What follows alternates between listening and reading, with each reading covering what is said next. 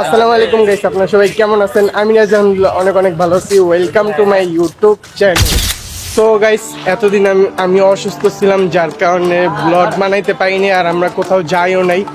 তো আজকে আমরা বিকালবেলা চলে আসলাম, আমরা 4 বন্ধু মিলে শিকদারে মানে ঘুরতে, ছবি বানানো, তারপরে আবার পিছে ফরি দিয়ে টিকটক ভিডিও বানাইবো। তো এই কারণে ভাবলাম যে একটা ব্লগও বানালে, অনেক দিন ধরে তো ব্লগ বানাই না। তো আজকের ব্লগটি এই উদ্দেশ্যে। তো গাইস, খালি শিকদারের ভিউটা দেখেন যে কি পরিমাণ সুন্দর আজকের ভিউটা।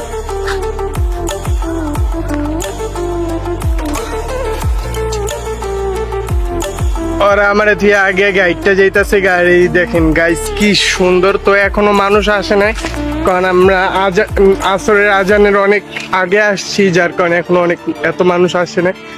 তো একটু পরেই মানুষ আইসা পড়বে। আর গাইস, এরকম সুন্দর সুন্দর ভিডিও পেতে আমার চ্যানেলটি সাবস্ক্রাইব করে আমার পাশে থাকবেন। গাইস, আপনারা এখন কি করতেছেন? আমাদের চ্যানেলটা দেখে সাবস্ক্রাইব করে আমাদের পাশে থাকুন। তো গাইস, এই যে এখন আমরা শিকদারের ভিতরে আইসা পড়ছি। আর মেয়েদি কি বলবো বল? তো গাইস, আপনারা ভিডিওটা যারা এখনো দেখেন নাই তারা দেখেন আর চ্যানেলটি সাবস্ক্রাইব করুন। তো গাইস, এই যে আমরা হাঁটতে হাঁটতে এখন এই যে পাথরের কাছে চলে এসেছি। আর এই যে ওরা এনে টিকটক ভিডিও বানাইবো, যার কারণে ভয়েস দেখতেছে। আর কি বলবো, আর এই যে পিছে পোলাপেন ফুটবল খেলতেছে আর আমরা এখানে ঘুরতেছি। আর এই সামনে দেখেন ওদিকে মানুষ আর মানুষ। তো এখনো পুরোপুরি মানুষ আসে নাই, আরো আসবে আস্তে আস্তে। তো পুরো ফুল ব্লগটি দেখতে থাকুন। গাইস, আমরা এখন পাথরের উপরে বসে গেছি।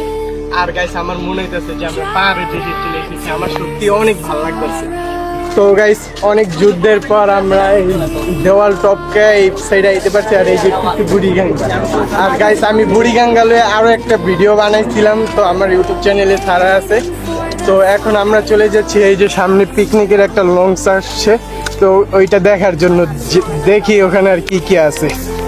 তো দেখা যাক নেক্সট আর কি কি হয়। কি বলবি কিছু? যাবো এই লসটা 4-5 দিন পর।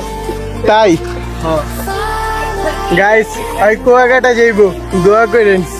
তো গাইস, এই যে লঞ্চের সামনে এসে পড়েছি, এখন যাব লঞ্চে, উঠি, দেখি আর কি কি হয়। ও মা গাইস, এই যে লঞ্চে আইসা পড়ছি আমরা। তো এই যে লঞ্চের ভিতরটা, ওয়াও, এই যে প্যাসেঞ্জারের তো অভাব নেই ভিতরে। গাইস, কতদিন পর লঞ্চে আসলাম, ভালোই লাগতেছে।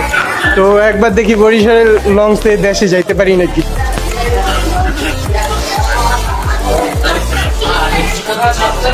তো গাইস, এই যে আমরা এখন লঞ্চে উঠে গেছি। আমরা যেইটা একজন আসছিলাম সেই একজনই উঠে গেছি। তো এখন আপনাদেরকে বুড়িগঙ্গার ভিউটা দেখাই যে কেমন লাগবে। এই যে বুড়িগঙ্গার ভিউটা, যেটা দেখতে আসলে অনেক সুন্দর। আর ওই যে একখান ট্রলার ছাইড়া দিছে এখান তো এখানে সবসময় কিন্তু লঞ্চ আসে না, লঞ্চ আসে প্রত্যেক বছরে একবার, কারণ এখানে পিকনিক হয় ওই সময় আসে।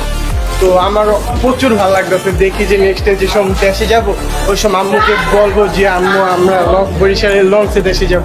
দেখি আম্মু রাজি হয় কিনা, কারণ আমরা লঞ্চে সহজে যাই না, এত একটা আমরা সবসময় বাসেই যাই। তো দেখা যাক কি হয় নেক্সটে। তো গাইস, অনেকক্ষণ পর লঞ্চের ছাদে চলে এসেছি, এখন তো আরো বেশি ভালো লাগতেছে। এই যে লঞ্চের ছাদেও মানুষ এখন চলে এসেছে, কারণ মাত্র ছাদের এই যে গেটটা এটা খুললো পাই। আর ওরা এই যে আইসা লগে লগে সাইডে দাঁড়ায়। তো এখন আমরা চলে যাব লঞ্চ থেকে, দেখি আর কি কি করা যায় নেক্সটে। এখন আবার আমরা যুদ্ধ করে উঠি, আর আপনারা দেখুন।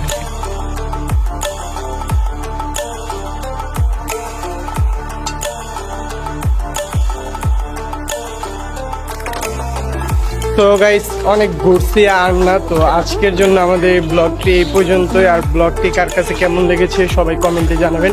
তো সবাই সুস্থ থাকবেন, ভালো থাকবেন। আল্লাহ হাফেজ, আসসালামু আলাইকুম।